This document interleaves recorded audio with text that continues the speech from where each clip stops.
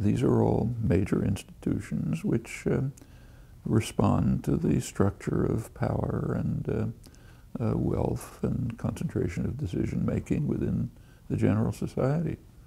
So, for example, the corporate-run media are corporations. Not surprising that they keep to the essentially business framework. Some questions, of course. But, you know, even the business press, like, say, the Wall Street Journal, criticizes corruption, corporate corruption. But the framework doesn't go much beyond it. Issues that go beyond that pretty narrow consensus, which is very closely reflected inside the Beltway, they just are not, it's not objective to discuss them. I mean, I mentioned one, but you can pick any you like the major foreign policy issue right now. It's supposed to be the threat of Iran. And all over the place we hear about the threat of Iran and how the international community strongly objects to Iran's efforts to develop nuclear capabilities, trying to block them and so on. Well, there are other points of view. For example, this is the point of view of the large majority of countries in the world, which vigorously, for years, have supported Iran's right to, as a signer of the Non-Proliferation Treaty, its right to enrich uranium. All right, they're not part of the discussion. They're what George Orwell called the unpeople, you know, look like people, but not real people. So let's just keep to what's called the international community, meaning the United States and whoever goes along with it. They are concerned with the threat of Iran.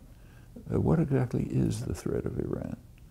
Well, you look at the discussion, you don't see much about that, although there is an authoritative answer, very straightforward answer.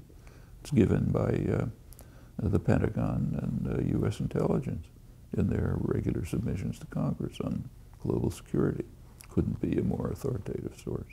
I try to find some comment on it, even a report of it.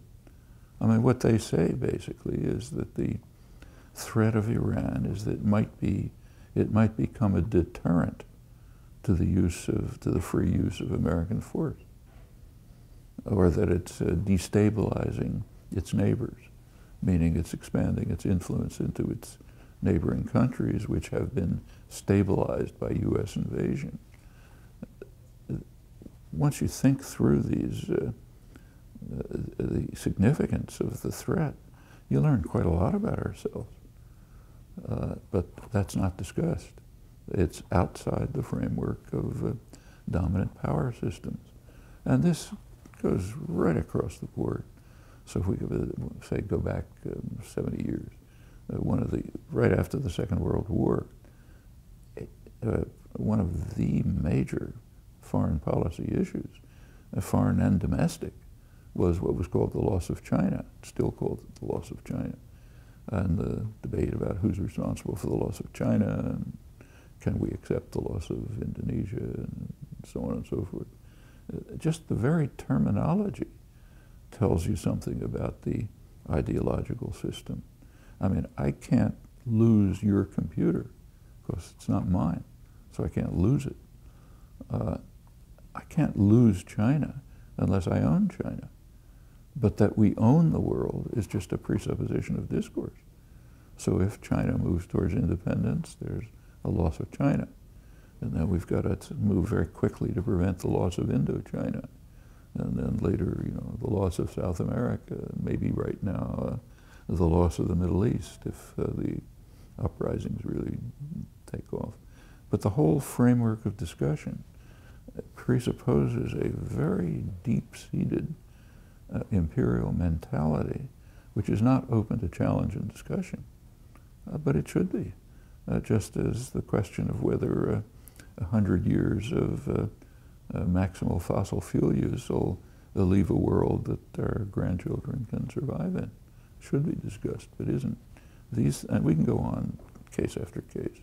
I mean, there is intelligent, rational discussion of things which are internal to the rather well-framed spectrum. Things that go outside of that are either ignored or else denounced, you know, anti-American, There's a whole series of curse words that you can use to just dismiss them.